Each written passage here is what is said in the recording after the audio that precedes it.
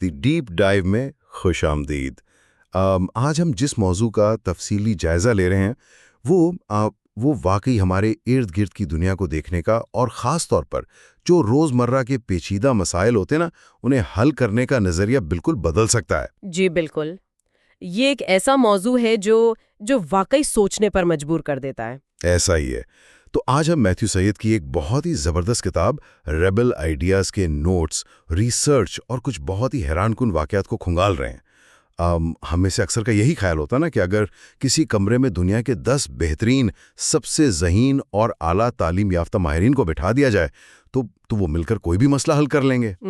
ہم سوچتے ہیں کہ بس ذہانت ہی سب کچھ ہے، معلومات کا ہونا ہی کافی ہے۔ بالکل، لیکن جو مواد آج ہمارے سامنے ہے وہ بتاتا ہے کہ اصل کہانی اس سے بالکل مختلف ہے۔ اچھا، تو آئیے اس کو کھول کر دیکھتے ہیں۔ ہے کہ کامیابی کے لیے صرف انفرادی ذہانت نہیں چاہیے۔ اصل کمال اس بات میں ہے کہ ان معلومات کو پرکھنے کے لیے کتنے مختلف زاویے موجود ہیں۔ میرا مطلب ہے، اگر آپ ایک کمرے میں 10 ایسے لوگوں کو بٹھا دیں جو ایک ہی یونیورسٹی سے پڑھے ہوں، جن کا خاندانی پس منظر بھی ایک جیسا ہو، بالکل، اور جو ایک ہی انداز میں سوچتے ہوں، تو ان کی اجتماعی ذہانت کوئی خاص کمال نہیں دکھا پاتی، بلکہ وہ ایک اور ہی مسئلے کا شکار ہو جاتے ہیں جسے ہم اجتماعی اندھا پن یا کلیکٹیو بلائنڈنس کہہ سکتے ہیں۔ صحیح، اور یہی وہ چیز ہے جسے میتھیو سائیڈ کوگنیٹو ڈائیورسٹی یعنی ذہنی یا سوچ کا تنوع کہتے ہیں۔ تو آج کا ہمارا مشن بھی یہی ہے کہ ہم سمجھے کہ مختلف پس منظر اور مختلف سوچ رکھنے والے لوگ ہمیں بڑی سے بڑی ناکامیوں سے کیسے بچا سکتے ہیں اور اجتماعی ذہانت کو کیسے ابھارتے ہیں۔ جی، تو آئیے اس اجتماعی اندھے پن کی سب سے ہولناک مثال کی طرف چلتے ہیں جو ہمارے ذرائع میں 9/11 کے واقعے کے حوالے سے دی گئی ہے۔ یہ وہ وقت تھا جب امریکہ کے پاس ان کے پاس دنیا کی سب سے جدید انٹیلیجنس موجود تھی۔ بہترین وسائل تھے، لیکن پھر بھی وہ اتنے بڑے حملے کو روکنے میں ناکام رہے۔ دیکھیں، اس واقعے کے تفصیلات میں جائیں تو بات بہت واضح ہو جاتی ہے۔ 9 اگست 2001 کو حبیب زکریا موسوی نامی ایک شخص نے منیسوٹا کے ایک فلائٹ ٹریننگ سکول میں داخلہ لیا۔ اب اس شخص کا رویہ شروع سے ہی انتہائی مشکوک تھا۔ اس نے فیس نقد دی تھی نا؟ جی ہاں، بالکل نقد روپوں میں، اور اس نے انسٹرکٹر سے کہا کہ اسے ہوائی جہاز کو اڑانا یا لینڈ کرنا نہیں سیکھنا، بلکہ اسے صرف یہ سیکھنا ہے کہ جب جہاز ہوا میں ہو تو اسے کیسے کنٹرول کیا جاتا ہے۔ یہ تو ایک بہت بڑا خطرے کا سگنل تھا۔ بہت بڑا، اور وہاں کے لوگوں نے باقاعدہ FBI کو رپورٹ کی کہ یہ شخص ایک جمبو جیٹ کو ہتھیار کے طور پر استعمال کر سکتا ہے۔ اور دوسری طرف CIA کے پاس بھی یہ معلومات آ رہی تھیں کہ القاعدہ کوئی بڑا منصوبہ بنا رہی ہے۔ لیکن حیرت کی بات یہ ہے کہ اتنے بڑے ادارے ان بکھری ہوئی معلومات کی کڑیاں ملانے میں ناکام رہے۔ آخر کیوں؟ کیا ان کے پاس اہلکاروں کی کمی تھی یا وہ ذہین نہیں تھے؟ نہیں، ذہانت کی بالکل کمی نہیں تھی۔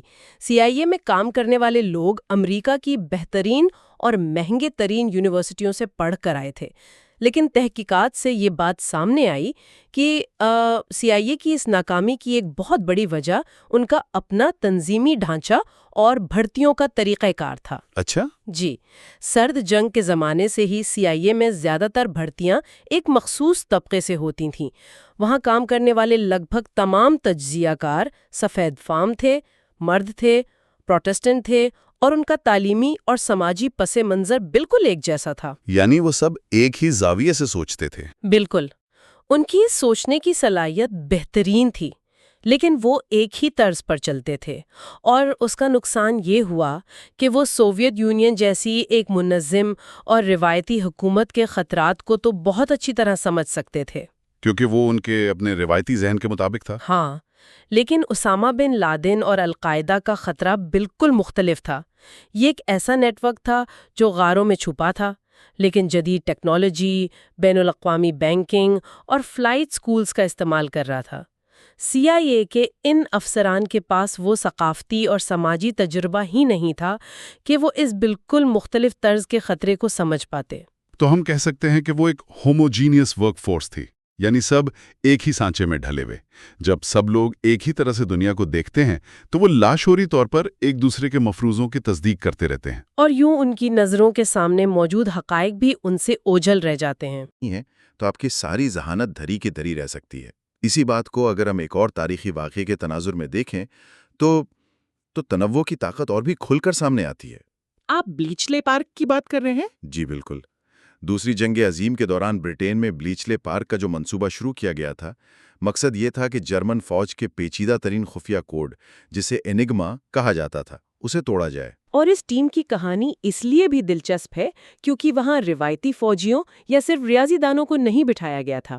اگر ہم اس ٹیم پر نظر ڈالیں تو وہاں واقعی ایک عجیب و غریب ملاپ تھا۔ ہاں، وہاں ریاضی دان تو تھے، لیکن ان کے ساتھ ماہرین لسانیات، شطرنج کے چیمپئنز اور یہاں تک کہ اخباروں میں کراس ورڈ پزل حل کرنے والے عام لوگ بھی شامل تھے۔ یہ ایک انتہائی متنوع ٹیم تھی جو مختلف سماجی طبقوں اور مختلف سوچنے کے انداز رکھنے والے افراد پر مشتمل تھی۔ اور یہی اس کی کامیابی کا راز تھا، کیونکہ انگما کوڈ توڑنا صرف ایک ریاضی کا مسئلہ نہیں تھا، اس میں زبان کی باریکیاں تھیں، پیٹرن کی شناخت تھی اور انسانی رویوں کو سمجھنے کی ضرورت تھی۔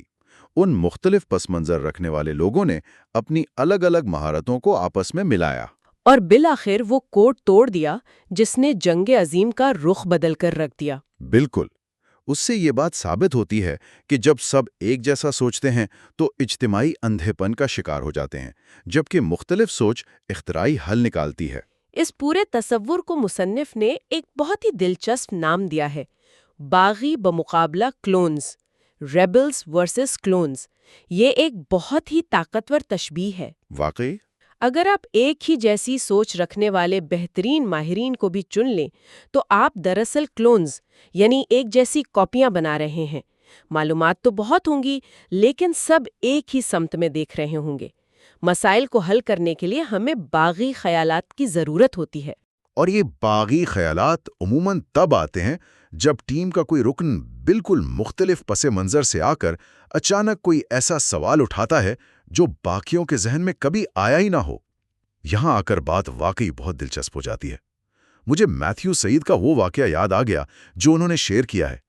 2016 میں انہیں انگلینڈ کی فٹ بال ایسوسی ایشن کے ایک ٹیکنیکل ایڈوائزری بورڈ میں شامل کیا گیا۔ اوہ ہاں، وہ واقعہ۔ مقصد یہ تھا کہ قومی ٹیم مستقل ناکام ہو رہی تھی اور کارکردگی بہتر بنانی تھی، لیکن جب بورڈ کے ارکان کے نام آئے تو فٹ بال کمیونٹی میں بھونچال آ گیا، کیونکہ اس میں فٹ بال کے روایتی ماہرین کے بجائے فوج کے افسران، نفسیات دان، ٹیکنالوجی اور ڈیٹا سائنس کے ماہرین اور خود میتھیو سعید جیسے ٹیبل ٹینس کے سابق کھلاڑی شامل تھے۔ لوگوں نے تو شدید تنقید کی ہوگی کہ جنہیں فٹ بال کے آف سائیڈ رول کا ہی نہیں پتا، وہ قومی ٹیم کو کیا مشورہ دیں گے؟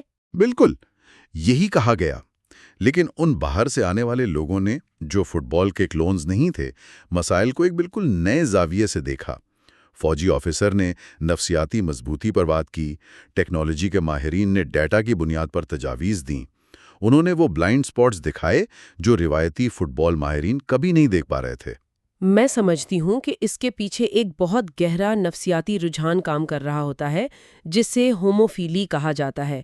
انسان کی یہ فطرت ہے کہ وہ ایسے لوگوں کے ساتھ کام کرنا اور وقت گزارنا پسند کرتا ہے جو اس کے جیسے دکھتے ہوں، اس کی طرح سوچتے ہوں۔ یعنی جب آپ کسی ایسے شخص سے ملتے ہیں جو آپ کے خیالات کی تائید کرتا ہے تو آپ کو دلی سکون ملتا ہے۔ جی، اسی لیے جب ادارے یہ دعویٰ کرتے ہیں کہ وہ خالصتاً میرٹ کی بنیاد پر بھرتیاں کر رہے ہیں تو اکثر وہ لاشعوری طور پر ایسے ہی امیدواروں کا انتخاب کر رہے ہوتے ہیں جو انٹرویو لینے والوں کی اپنی پرچھائی ہوتے ہیں۔ وہ سمجھتے ہیں کہ انہوں نے بہترین ماہرین جمع کر لیے ہیں، لیکن در حقیقت انہوں نے ایک ہی سوچ کو 10 بار کاپی کر لیا ہوتا ہے، اور اس کی ایک بہت بڑی قیمت معاشروں کو چکانی پڑتی ہے، جیسے برطانیہ میں 1990 کی دہائی کی پول ٹیکس کی پالیسی۔ بالکل، حکومت نے ایک نیا ٹیکس متعارف کروایا جس کے تحت ایک غریب صفائی کرنے والے اور ایک کروڑ پتی نواب کو ایک جتنا ہی ٹیکس دینا تھا، جو کہ انتہائی غیر منصفانہ تھا۔ لیکن حیرت کی بات یہ ہے کہ فیصلہ سازوں کو ذرا بھی اندازہ نہیں تھا کہ اس پر کتنا شدید عوامی رد عمل آئے گا۔ اور اس کی وجہ وہی سماجی تنوع کی کمی تھی۔ اس کابینہ کے تمام ارکان کا تعلق ایک ہی اونچے اور متمول طبقے سے تھا۔ ان کے پاس اس کمرے میں کوئی ایک بھی ایسا شخص نہیں تھا جو روزمرہ کی تنخواہ پر گزارا کرتا ہو جو انہیں بتا سکتا کہ عام آدمی کے لیے ہر ماہ یہ ٹیکس نکالنا کتنا مشکل ہوگا۔ ان کی نیت شاید بری نہیں تھی، لیکن ان کا سماجی دائرہ اتنا محدود تھا کہ وہ عوام کی تکلیف سے مکمل طور پر کٹ چکے تھے۔ جب وہ ٹیکس لاگو ہوا تو پورے ملک میں فسادات پھوٹ پڑے۔ یہ تو ہو گئی حکومتی پالیسیوں کی بات، لیکن جب ہم اس تنوع کی کمی اور ایک مخصوص تنظیمی دبدبے کی بات کرتے ہیں تو بعض اوقات اس کی قیمت انسانی جانوں سے چکانی پڑتی ہے۔ آپ ماؤنٹ ایوریسٹ والے حادثے کا ذکر کر رہی ہیں؟ جی، 1996 کا وہ دردناک حادثہ جس کا ذکر ان ذرائع میں بہت تفصیل سے کیا گیا ہے۔ مئی 1996 میں ایک انتہائی تجربہ کار راب ہال کی قیادت میں ایک ٹیم نے ایورسٹ کی چوٹی کی طرف چڑھائی شروع کی۔ ایورسٹ پر ایک قانون ہے جسے ٹرن اراؤنڈ ٹائم کہتے ہیں۔ دوپہر 2 بجے تک آپ جہاں بھی ہوں آپ کو واپس مڑنا ہوتا ہے، ورنہ موسم جان لیوا ہو سکتا ہے۔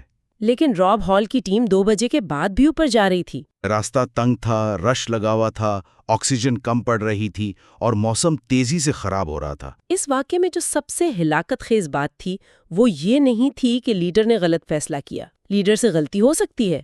اصل ہلاکت خیز بات وہ خاموشی تھی جو اس ٹیم کے ارکان نے اختیار کیے رکھی۔ حالانکہ ان میں سے کئی خود بھی تجربہ کار کو پیما تھے، انہیں احساس تھا کہ حالات خراب ہو رہے ہیں، تو پھر کسی نے راب ہال کو ٹوکا کیوں نہیں؟ اس کے پیچھے وہ چیز تھی جسے تنظیمی دبدبا یا ڈومیننس ہائرارکی کہا جاتا ہے۔ دیکھیں، قیادت کے 2 انداز ہوتے ہیں۔ ایک ہے وقار یا پریسٹیج، جس میں لیڈر اپنے علم سے عزت پیدا کرتا ہے اور لوگ خوشی سے بات مانتے ہیں اور اختلاف بھی کر سکتے ہیں۔ دوسرا انداز دبدبا ہے، جہاں لیڈر کا ایک رعب اور خوف ہوتا ہے۔ اور راب ہال ایوریسٹ کا ایک لیجنڈ تھا۔ جی، اس کی موجودگی میں باقی ارکان کو ایسا لگا کہ اگر انہوں نے کچھ کہا تو ان کی بے عزتی ہوگی۔ اس خوف نے اس تعمیری اختلاف یا کنسٹرکٹیو ڈسینٹ کو کچل دیا جو ان کی جان بچا سکتا تھا۔ اگر ہم اسے وسیع تر تناظر میں دیکھیں تو یہ بالکل یونائیٹڈ ایئر لائنز کی پرواز 1773 کے حادثے جیسا ہے۔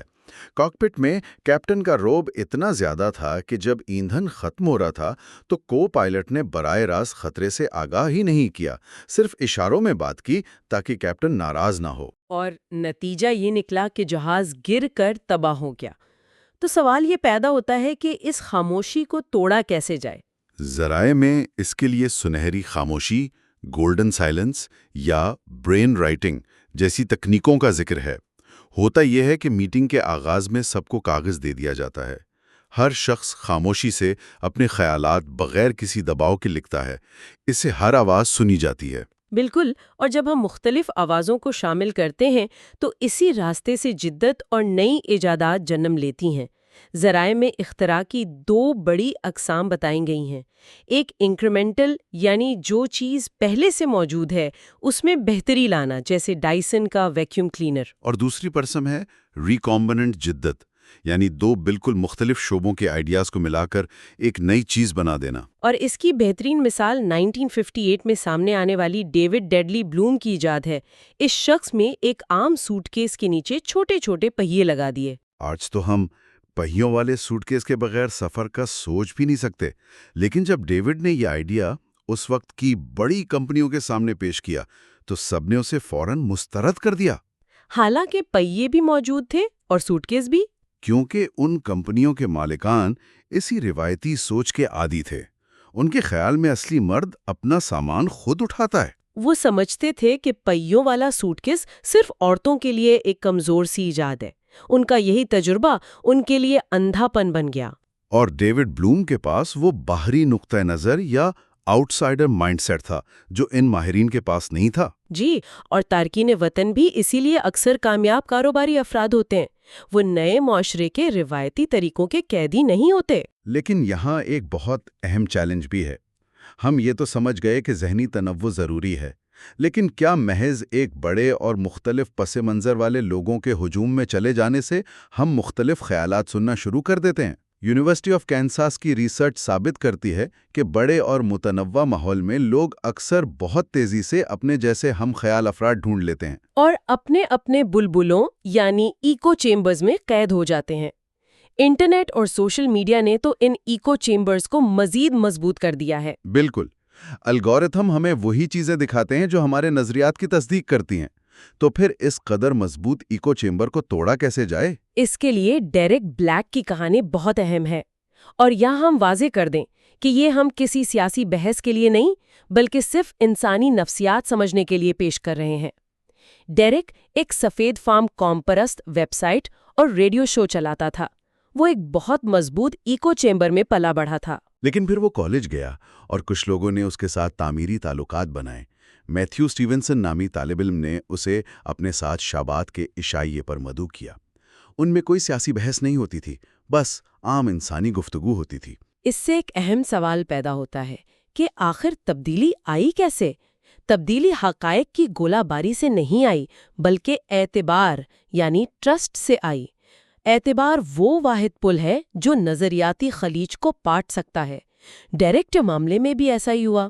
ان دوستانہ تعلقات نے اس کے ایکو چیمبر کو توڑا اور اس نے اپنے خیالات پر نظر ثانی کی۔ تو آج کی اس پوری گفتگو کو سمیٹتے ہوئے ہم نے دیکھا کہ چاہے وہ 9/11 ہو، ایوریسٹ کا حادثہ ہو یا سوٹ کیس کی ایجاد، اگر ہم مسائل کا بہترین اور نیا حل چاہتے ہیں تو ہمیں اپنے ارد گرد ایسے لوگوں کو جمع کرنا ہوگا جو ہم سے مختلف سوچتے ہوں اور جنہیں ہم سے اختلاف کرنے کی آزادی ہو۔ بقا اور ترقی کے لیے ضروری ہے کہ ہم تنوع کو دل سے اپنائیں۔ اور اس تفصیلی مطالعے کے اختتام پر ایک غور طلب خیال ابھرتا ہے۔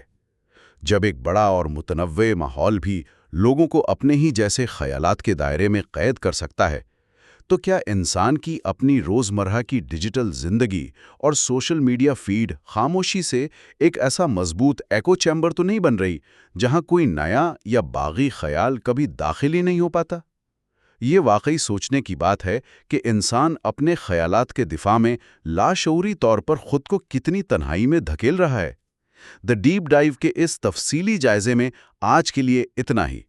خدا حافظ۔ خدا حافظ۔